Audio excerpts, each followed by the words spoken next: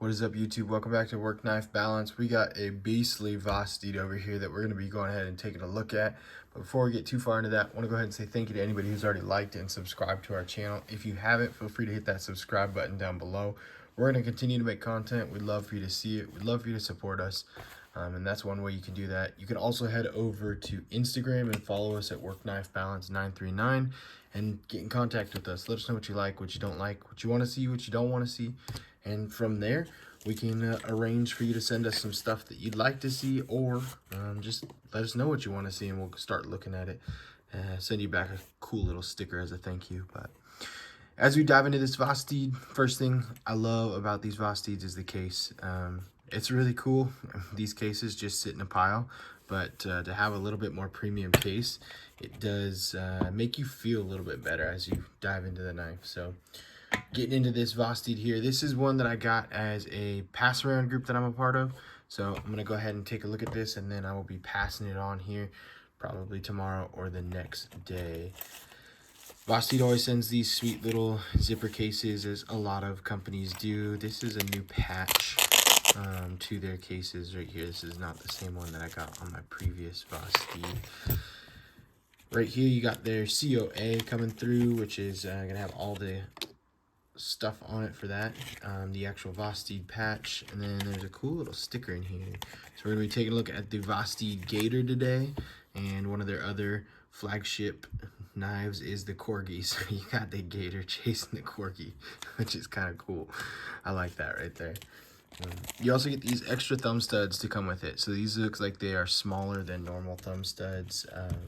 Yeah, we'll go ahead and dive into the knife. That's what you want to see, right? So let's go ahead and check out this bad boy. If you've seen the unboxing one that I did a couple days ago, oh, goodness, I still can't believe how big this thing is.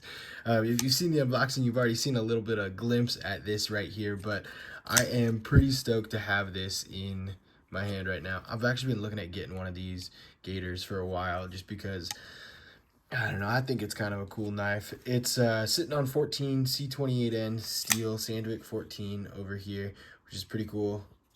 You've got the modified Warncliffe blade to it right here. Got a little bit of a swedge at the top here, compound grind coming throughout the outside right there. The thumb studs on the fuller, which is kind of a unique style.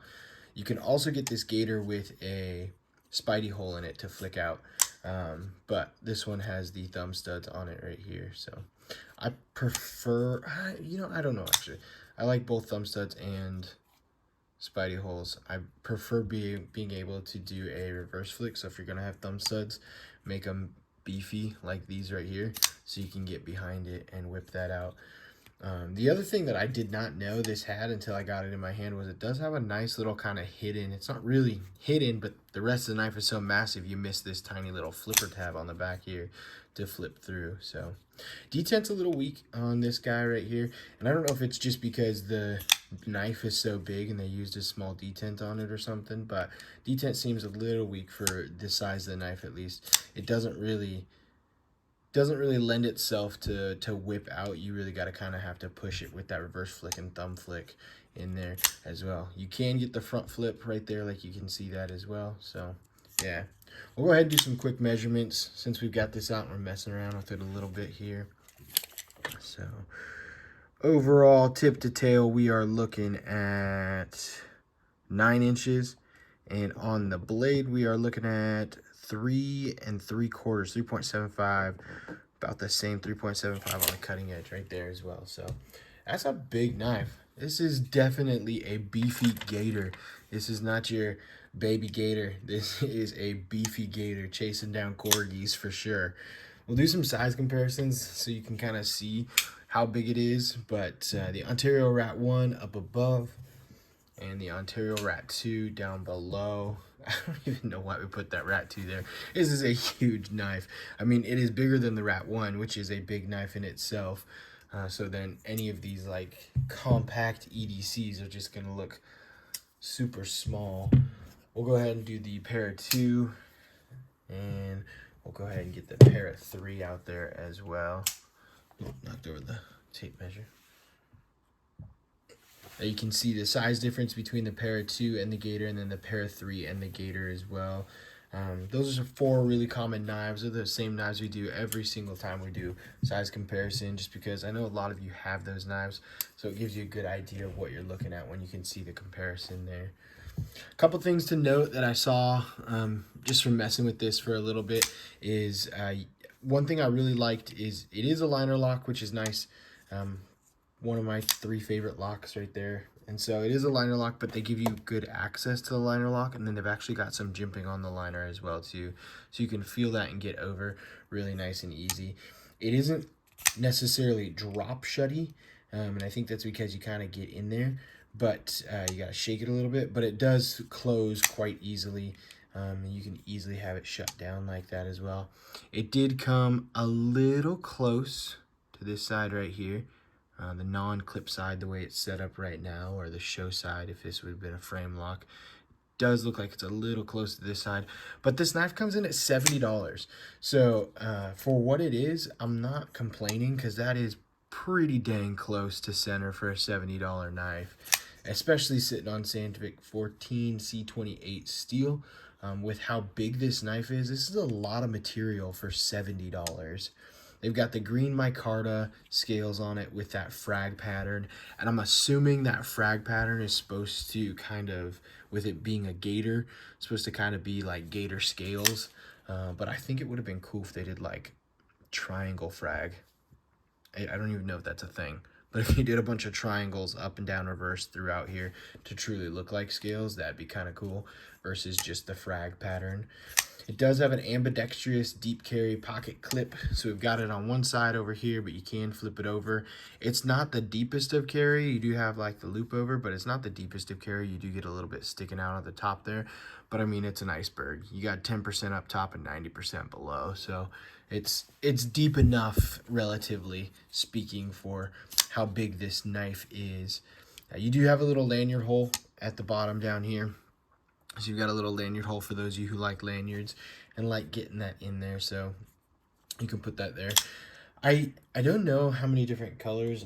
I'm assuming you just got the green. I've only seen the green, so I think you only get the green, and I think you only get the stonewash finish on this, which isn't bad. I like stonewash, and I like the way this looks.